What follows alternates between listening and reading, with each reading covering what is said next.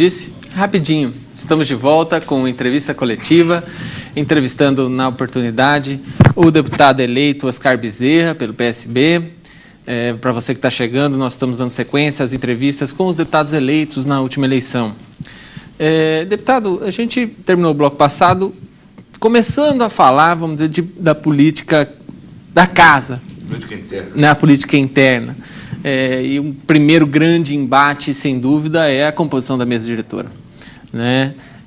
Como é que o senhor vem se posicionando? O senhor acredita que mesmo num primeiro mandato tem as credenciais para estar na mesa diretora? Isso não impede?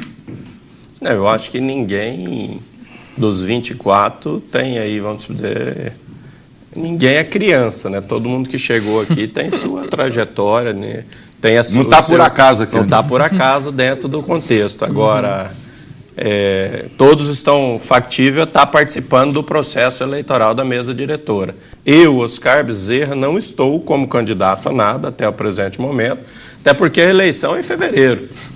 Nós estamos observando, conversando com alguns colegas, vendo de que realmente tem um entendimento de um determinado grupo, um entendimento do outro, e eu estou meio que observando dos dois lados da moeda como que funciona. Esse é um jogo, a eleição é um jogo, e aqui é outro jogo, assim, de, vamos dizer, um quebra-cabeça que precisa ser montado. Mas eu tenho observado, apesar de não ser candidato, de que muitas vezes precisa ter um entendimento, de repente, entre os dois grupos políticos para que se consiga fazer uma chapa de consenso que atenda A e B. Eu gostaria muito de ver uma eleição na Assembleia que desde 97 não acontece. Eleição mesmo. Né? Eleição mesmo, as duas chapas postas e os deputados irem votar e ganhar uma. Quer dizer, seria a democracia prevalecendo dentro do parlamento, porque essa questão da composição, que pela governabilidade se faz necessário, muitas vezes você entender que é necessário essa composição, ela, de certa forma, meio que direciona alguns. E a gente fica preocupado, porque acaba faltando oportunidade para outros se apresentarem com opção ao parlamento. Então, mas meio que o jogo é esse. E a gente vai ter que adaptar-se ao novo modelo agora. Essa colocação que o senhor fez aí, de que o ideal, na opinião do senhor, seria os dois grupos distintos, né, colocarem suas chapas e um grupo se eleger. Obviamente. Né, a democracia. Mas a imprensa tem atribuído, no início, logo depois da eleição, dos resultados das eleições para proporcional, de uma fala do senhor de que o grupo dos 11 estaria coeso de maneira tal de que aquele que pendesse para o outro lado poderia ser até taxado de traíra. Não questiono, nem questiona se é justo ou não essa colocação, até porque estavam os 11 juntos com um candidato que foi eleito. Mas do outro lado tem 13. Certo. Essa matemática há quem não compreenda. Muitas vezes até mesmo uma colocação, como é que eu vou dizer para o senhor, de não ter entendido aquilo que o senhor estava transmitindo. O senhor poderia explicar como é que se daria isso? Veja bem. O que o senhor queria dizer naquele momento e foi mal interpretado de repente? Não, veja bem. Dos 11 foi feito o entendimento de que quem de fato saísse do grupo ia estar deliberando aos outros 10 de que pudessem chamá-lo de traíra. Até porque se com 11 estaria difícil, com 10... Aí eu tive uma observação de um outro parlamentar que falou assim, bom, se lá dos 11 sair é traíra, aqui dos 13 se sair é traíra também. Aí eu faço uma correção. Vai trair quem? Quem é que os 11 vai trair o governador, que os 57% da população escolheu que quer esse modelo de gestão. Agora os 13 vai trair quem? Só se trair o povo. Não tem absolutamente ninguém para trair. Até porque são grupos distintos, foram eleitos pelo grupo da Janete, pelo grupo do Lúdio, consequentemente não vai trair ninguém, porque não tem perspectiva de poder na majoritária deles. Agora, eles precisam se enquadrar no novo modelo de gestão que o Pedro Táxi quer fazer para o Estado. A Assembleia tem essa missão de alinhar esse novo modelo. Por isso que eu disse de que se viesse de lá não haveria traição, porque não tem quem eles Agora, traíram. como o senhor colocou, deputado, entendendo agora um pouco mais a posição do senhor, né, por isso que é importante o programa também, é de que a composição, então, para o senhor também é viável, não seria a primeira alternativa que o senhor adotaria, mas se estando nessa situação agora, o ideal seria essa composição, que inclusive o grupo dos 13 também há quem empregue essa possibilidade. Então, olhando agora, como então, estamos aí 30 dias depois do resultado da eleição, olhando assim com mais cautela, conversando com todos os companheiros como a gente tem feito, a gente observa de que é necessário, de repente, um entendimento. Pelo menos nesse primeiro momento. De repente, vamos fazer esse entendimento para evitar de qualquer um dos grupos correr o risco da derrota, que ficaria ruim. Por exemplo, se o grupo do táxi fosse derrotado pelo grupo da oposição aqui dentro, e da mesma forma o grupo da oposição ser excluído do processo. Então, acho que o entendimento se faz necessário, sim. Obviamente, não é via de regra, como a primeira opção era a disputa, eu ainda vou defender que tenhamos duas chapas, mas, discutindo, conversando, dialogando, que é o necessário. Por quê? Nós não estamos aqui fazendo uma batalha. Se a gente for concorrer com a mesa da oposição, obviamente, a vencedora sendo a gente, nós vamos ter que valorizar cada um dos parlamentares que se proporam a estar do outro lado. Uhum. Não é porque eles foram para o outro lado que a gente vai excluir do processo da governabilidade, do processo legislativo, que precisa ser valorizado os deputados aqui dentro pela mesa diretora. E é isso que a gente defende, é isso muitas vezes a insatisfação de alguns deputados que estão na base hoje, que não estão sendo valorizados pela atual administração da casa, ou seja, precisa realmente de acontecer algumas mudanças. Se a propositura da chapa A ou B for de realmente valorizar os parlamentares da forma que precisam ser valorizados, eu tenho certeza absoluta de que vai ter esse entendimento aí. Deputado, a sua experiência como gestor municipal, o senhor acredita que faz diferença, às vezes, você chegar no Legislativo, conhecendo a necessidade do município, os trâmites, o PIRES, né, que o gestor municipal vive nesse pacto federativo ingrato, facilita a vida do deputado? E o senhor tem uma posição municipalista também nesse sentido? Total, total. Eu falo assim, coitado dos prefeitos e prefeitas que estão aí, porque é desleal o jogo. É desleal o jogo. A gente observa que os municípios desse estado estão com praticamente 100% com dificuldades grandes. Não se consegue absolutamente fazer nada pelo engessamento da máquina e pela distribuição errada nesse bolo tributário que injusta, você disse, né, injusta totalmente. Porque o município é que está os problemas e é o que menos recebe o dinheiro da federação. Quer dizer, isso leva daí os prefeitos que têm maior habilidade a se destacarem. Aqueles que estão muito acomodados ou que não têm toda essa habilidade, consequentemente, acabam prejudicando toda a sua população, porque não consegue recurso. Ou que a sua fonte de faturamento do imposto municipal é pequena também. Então, nós temos aí uma... Mas o prefeito, quando ele é mais saidinho, mais atrevido, mais cara de pau, ele chega com o pires na mão, realmente, insistentemente, ao parlamentar que ele ajudou, de repente, regionalmente, a eleger, e consegue os benefícios extra, vamos dizer assim, do seu orçamento.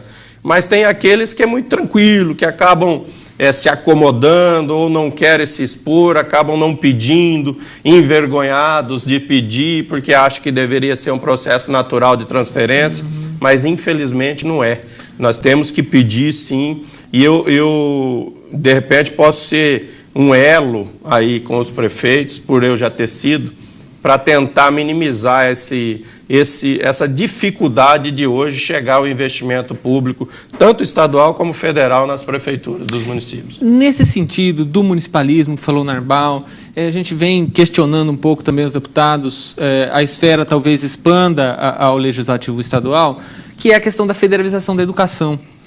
Há uma proposta do Cristóvão Buarque de fazer isso, e eu acho que os interesses municipais é o que estão mais em jogo, porque seria a federalização do ensino fundamental, indo em choque. Você vai retirar a verba do município, e deixar o governo federal tocar a educação básica, vamos dizer assim.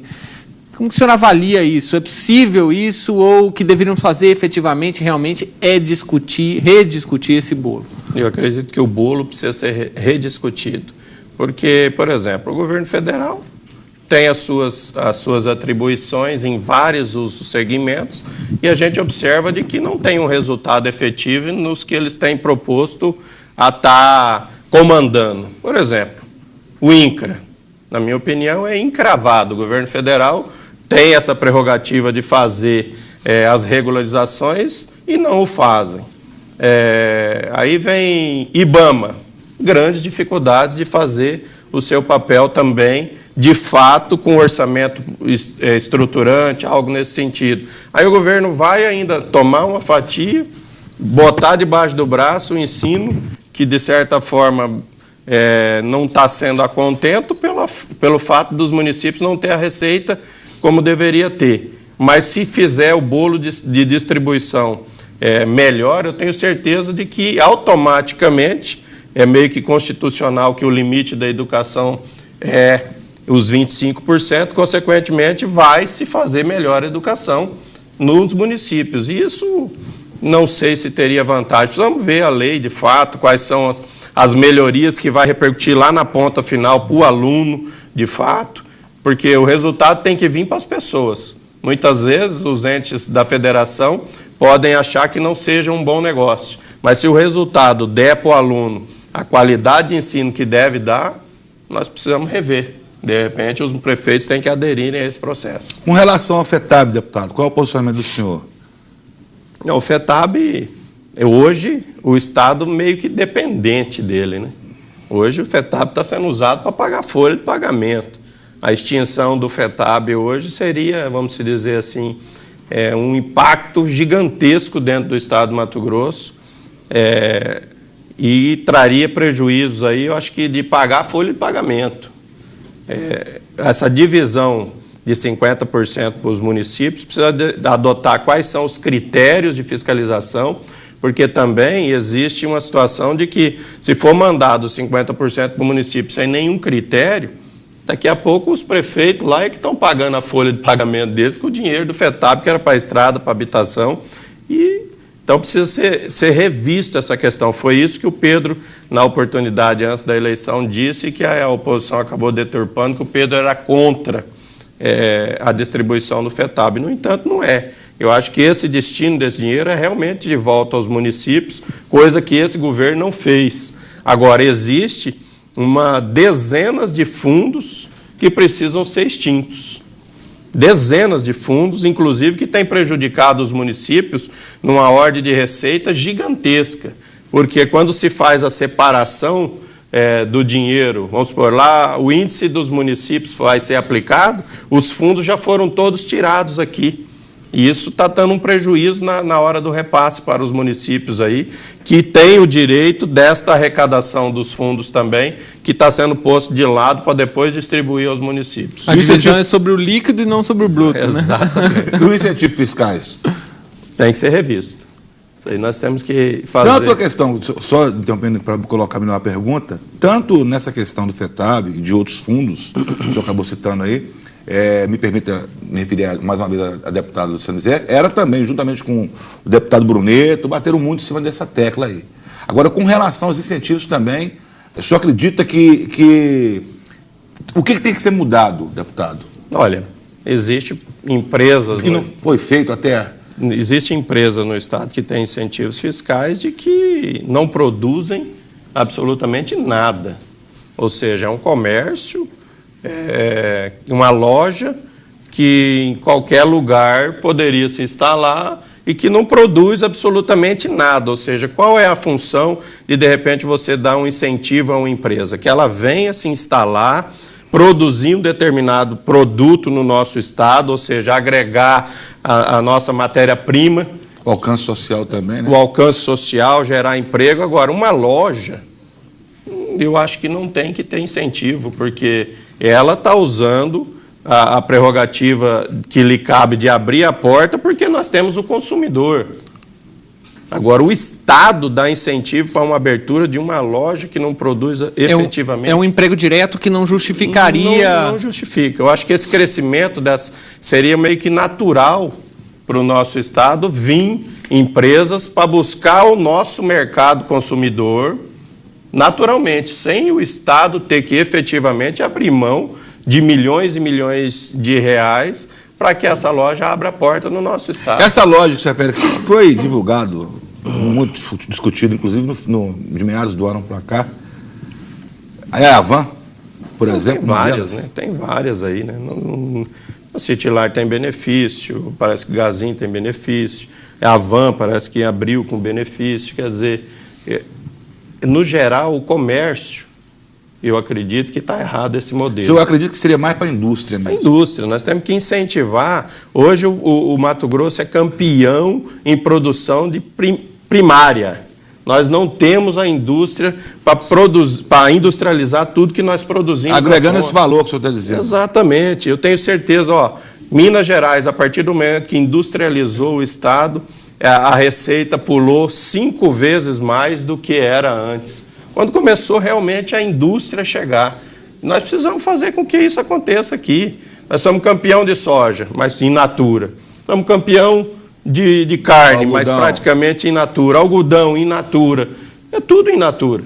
Deputado, com relação à logística, para melhorar ainda mais o escoamento dessa produção, o senhor tem alguma proposta? Como é que o senhor vê o cenário, até mesmo na região do senhor mesmo, com relação às estradas, com relação à logística de uma maneira geral aqui no estado e na região norte principalmente? Eu queria complementar, quer dizer, por exemplo, a parceria público-privada é um caminho?